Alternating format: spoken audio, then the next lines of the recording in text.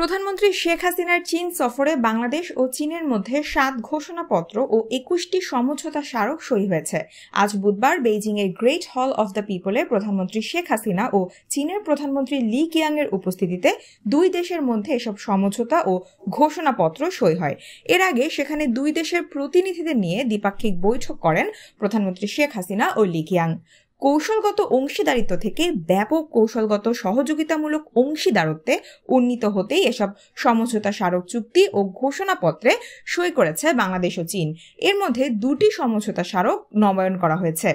সকালে গ্রেট হল of the পিপলে পৌঁছালে প্রধানমন্ত্রী শেখ হাসিনাকে লাল গালিচার সংবর্ধনা দেওয়া হয়। প্রধানমন্ত্রী শেখ হাসিনা হল প্রাঙ্গণে পৌঁছালে তাকে স্বাগত জানান চীনের প্রধানমন্ত্রী।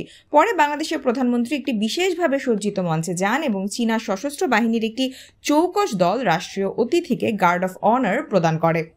দ্বিপাক্ষিক বৈঠকে রোহিঙ্গা ইস্যু ছাড়াও দুই দেশের ব্যবসা বাণিজ্য, বিনিয়োগ, দ্বিপাক্ষিক সম্পর্ক ও সহযোগিতা সহ আঞ্চলিক ও আন্তর্জাতিক বিভিন্ন বিষয়ে আলোচনা হয়। দ্বিপাক্ষিক বৈঠকের পর দুই প্রধানমন্ত্রী চুক্তি ও সমঝোতা স্মারক সই, ঘোষণাপত্র সই এবং দলিল হস্তান্তর প্রত্যক্ষ করেন। অর্থনৈতিক ও ব্যাংকিং সেক্টরে সহযোগিতা, ব্যবসা বিনিয়োগ, ডিজিটাল অর্থনীতি, অবকাঠামো উন্নয়ন, দুর্যোগ ব্যবস্থাপনায় সহায়তা, ষষ্ঠ ও নবম বাংলাদেশ চায়না মৈত্রী সেতু, কৃষি পণ্য রপ্তানি, দুই দেশের জনগণের সঙ্গে জনগণের কানেক্টিভিটি বিষয়ে এসব চুক্তি ও সমঝোতা স্মারক সই এবং দলিল হস্তান্তর হয়।